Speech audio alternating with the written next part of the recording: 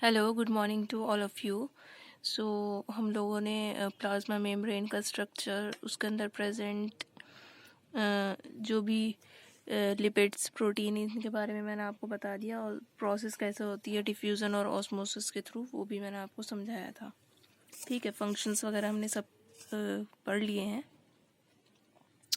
जिसमें मैंने आपको पैसिव एंड एक्टिव ट्रांसपोर्ट और एंडोसाइटोसिस, फैगोसाइटोसिस की प्रोसेस बताई थी। नेक्स्ट हम पढ़ लेते हैं यहाँ पर सेल वॉल। ठीक है, सेल वॉल क्या होती है? सेल वॉल सिर्फ प्लांट सेल के अंदर प्रेजेंट होती है, ये एनिमल सेल के अंदर नहीं होती, और ये काफ़ी रिजिड होती है, and it's a protective outer covering outside the plasma membrane. मतलब जैसे कि प्लाज्मा मेम्ब्रेन होती है, प्लाज्मा मेम्ब्रेन के बाहर वाली जो लेयर होती है वो आपकी सेल मेम्ब्रेन की होती है, जैसे कि सेल वॉल की होती है। जैसे यहाँ स्ट्रक्चर में आप देख सकते हैं, ये अंदर वाली तो प्लाज्मा मेम्ब्रेन है, और ये जो है आपकी बाहर वाली जो है वो सेल मेम्ब्रेन है। ठीक है, तो इस टाइप से ये दोनों लेयर्स होती हैं, इस वजह से इसको प्रोटेक्टिव आउटर कवरिंग भी कहा जाता है। ठीक है, और ये सेलुलोज की बनी होती है। ठीक है, सेलुलोज की बनी होगी, और सेलुलोज जो है कोई नॉन लिविंग सब्सटेंस है, और सेलुलोज एक आपका कार्बोहाइड्रेट है विच इज़ कॉम्प्लेक्स कार्बोहाइड्रेट, और ये एक पॉलीसेकेराइड है। ठीक है, ये जितने भी कार्बोहाइड्रेट्स होते हैं, ये मोनोसेकेराइड, डाइसेकेराइड, पॉलीसेकेराइड, तो जो कॉम्प्लेक्स कार्बोहाइड्रेट होते हैं वो पॉलीसेकेराइड में आते हैं। तो सेलुलोज इज़ अ पॉलीसेकेराइड। ठीक है, तो ये सेलुलोज की बनी होती है, जिस वजह से ये सेल को स्ट्रक्चरल और मैकेनिकल स्ट्रेंथ प्रोवाइड करती है। ठीक है, जिस वजह से सेल जो है वो स्ट्रक्चरली और मैकेनिकली एकदम, मतलब ऐसे नहीं रहती कि वो एकदम ख़राब हो जाए या कुछ हो जाए, तो उस वजह से उसको स्ट्रेंथ प्रोवाइड हो जाती है। ठीक है, स्ट्रेंथ मिली रहती है। नेक्स्ट हम बात कर लेते हैं सेल वॉल के फंक्शन क्या है। तो सेल वॉल के फंक्शंस आपको, एक तो जो भी लीफ है, प्लांट की लीफ है, प्लांट में प्रेजेंट है, तो प्लांट की लीव्स और जो भी स्ट्रक्चर्स प्लांट की होंगी, उनकी डेफिनेट शेप सेल वॉल के वजह से बनी रहती है, क्योंकि इस सेलुलोज इनकी सेल वॉल में प्रेजेंट होता है, which provide the structural and mechanical strength. ठीक है, तो उस स्ट्रेंथ की वजह से ही जो भी सेल का पार्ट है, चाहे वो लीफ हो या कोई भी पार्ट हो, उसकी डेफिनेट शेप बनी रहती है, रिजिडिटी रहती है। ठीक है, और इसके अलावा it protect internal structures and plasma membrane of the plant cell.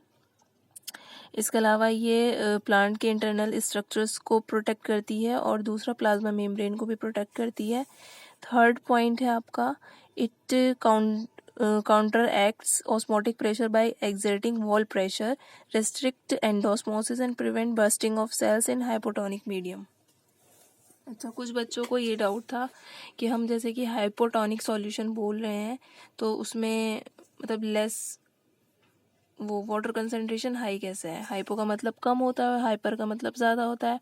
तो हाइपोटोनिक से मतलब है ऐसा सॉल्यूशन जिसके अंदर जो सॉल्यूट्स हैं वो लेस है, but the solvent are high. तो जैसे कि हमने कोई सॉल्यूशन लिया, उसके अंदर वाटर प्रेजेंट है और शुगर मॉलिक्यूल्स भी हैं, तो जो शुगर है वो सॉल्यूट होगा। ठीक है, और वाटर जो है इसके अंदर सॉल्वेंट होगा। तो इस हाइपोटोनिक सॉल्यूशन के अंदर वाटर ज़्यादा रखते हैं और सॉल्यूट कम रखते हैं, तो सॉल्यूट्स का कम होना इज़ हाइपो। ठीक है, इस वजह से इस सॉल्यूशन को हाइपोटोनिक सॉल्यूशन कहा जाता है, वाटर का कंसंट्रेशन हाई रहता है। तो ये कह रहे हैं इस फंक्शन, मतलब सेल वॉल का ये फंक्शन है कि अगर हम प्लांट सेल को किसी हाइपोटोनिक सॉल्यूशन में रख दें, तो वो उसको बस्ट होने से भी बचाती है। बस्ट मतलब फटने से भी बचाती है, क्योंकि अगर आप किसी सेल को हाइपोटोनिक सॉल्यूशन में रख देंगे तो सेल जो है वो स्वेल अप हो जाती है, फूल जाती है, उसका साइज जो है इंक्रीज हो जाता है। क्यों हो जाता है? क्योंकि वाटर कंसंट्रेशन सॉल्यूशन में ज़्यादा होती है और सेल में कम, तो वाटर जो है वो सेल के अंदर एंटर कर जाएगा, जिस वजह से सेल जो है वो स्वेल अप हो जाएगी। ठीक है, तो स्वेल अप होकर वो फटने के भी चांसेस है, तो सेल वॉल यहाँ पर उसको फटने नहीं देती। ठीक है, वो क्योंकि सेलुलोज की बनी है, सेलुलोज जो है वो उसको काफ़ी स्ट्रेंथ प्रोवाइड करता है सेल की वॉल को। ठीक है, तो इस तरीके से जब सेल के अंदर वाटर फिल हो जाता है तो जो वाटर होगा वो इसकी सेल मेम्ब्रेन पर एक प्रेशर एक्सर्ट करेगा, तो जिस वजह से फटने के चांसेस है ना। तो लेकिन इसके चारों तरफ एक वॉल और है जिसे हम सेल वॉल कह रहे हैं, which provide the mechanical and structural strength, जिस वजह से ये सेल जो है वो फटती नहीं है। ठीक है, इसका कहने का मतलब यहाँ ये है। दूसरा, being highly permeable cell wall permits free movement of substances in and out of the cell.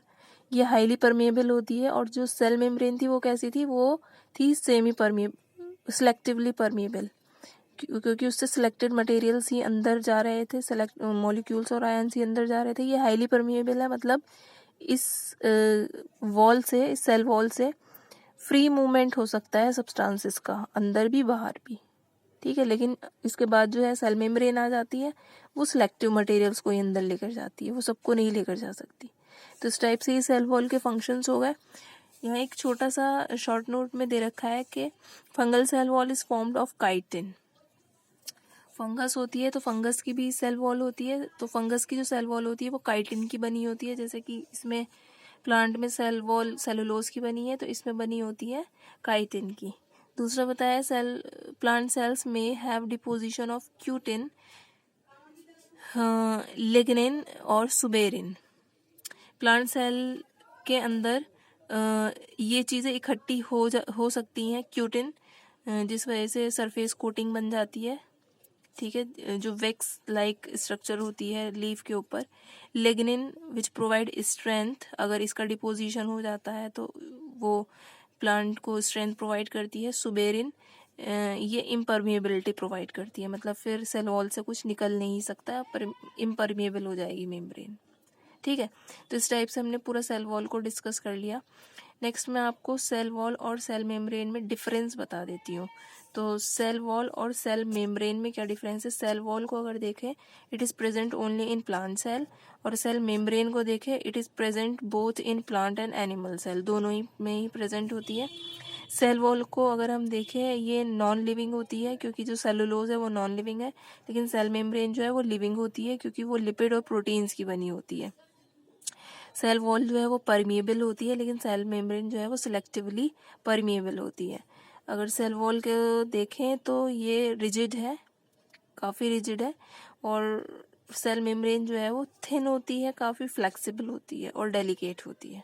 ठीक है, तो ये डिफरेंस आपको लिखना है, और सेल मेम्ब्रेन भी आपको लिखना है। ये तो मैं आपको बल्कि पूरा ही लिखना है सेल मेम्ब्रेन भी। ठीक है, सेल मेम्ब्रेन आपको पूरा लिखना है, और सॉरी, सेल वॉल आपको पूरा लिखना है, और सेल मेम्ब्रेन और सेल वॉल में डिफरेंस लिखना है। तो इस टाइप से आपका कंप्लीट हो गया। नेक्स्ट हम लोग नेक्स्ट स्ट्रक्चर डिस्कस करेंगे नेक्स्ट वीडियो में।